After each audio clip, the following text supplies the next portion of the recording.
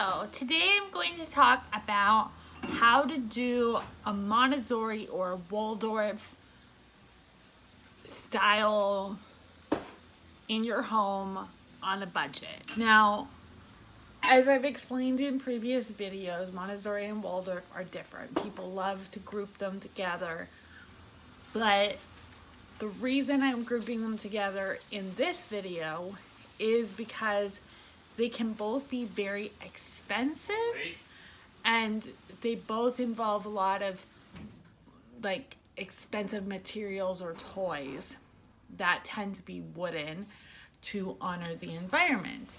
And they're very different materials. Like Montessori has more close-ended, like specific materials that do a specific task, that teach a specific thing, whereas Waldorf has more open-ended toys that are just for playing with and exploring and imagination. But the similarity is the price tag. So if you want, and a lot of people mesh, and I've talked about this in my other videos about how you can mesh the Waldorf and the Montessori philosophy. So even though it's very different, it is sort of similar, and you can kind of take both and create something new, and a lot of people do that. So that's why, again, I'm putting them together for this video. Because if you are like, I want wooden toys, I want open-ended materials, I want materials that will help teach my children, and you're like one of those people that wants like a Grimm's rainbow, if you know, you know what I'm talking about. They're very expensive, they're very popular. So what can you do instead of buying Grimm's rainbow? Well, what's really interesting is that both philosophies actually at the core are not about expensive stuff. But I guess Instagram and beautiful Pinterest boards of beautiful toys has just turned that culture into capitalism, really. But Montessori is more about the parenting style, peaceful parenting, the philosophy, an approach to how you raise children. And it's very much about practical life, just welcoming the children into your daily rhythm of doing the laundry and letting them help you do the laundry. And Waldorf is actually very much about making your own toys. So like learning to make things out of wood, learning to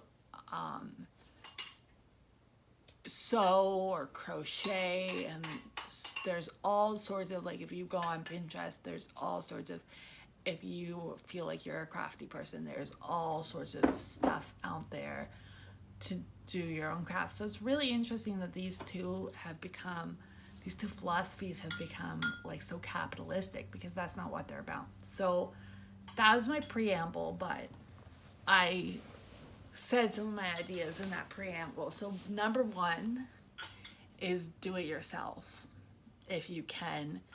And this doesn't have to be like building up your own pickler triangle or bookcase, which people do, and it's super impressive, and I'm like, yeah, I couldn't do that.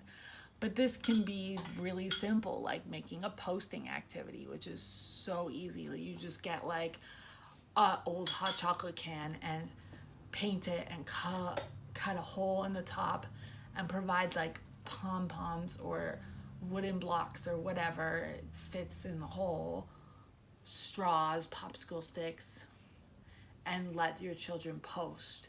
That's a super easy DIY, and in the future I may share more super easy DIYs like that with you. But DIYing is my first and foremost tip, and my second tip is to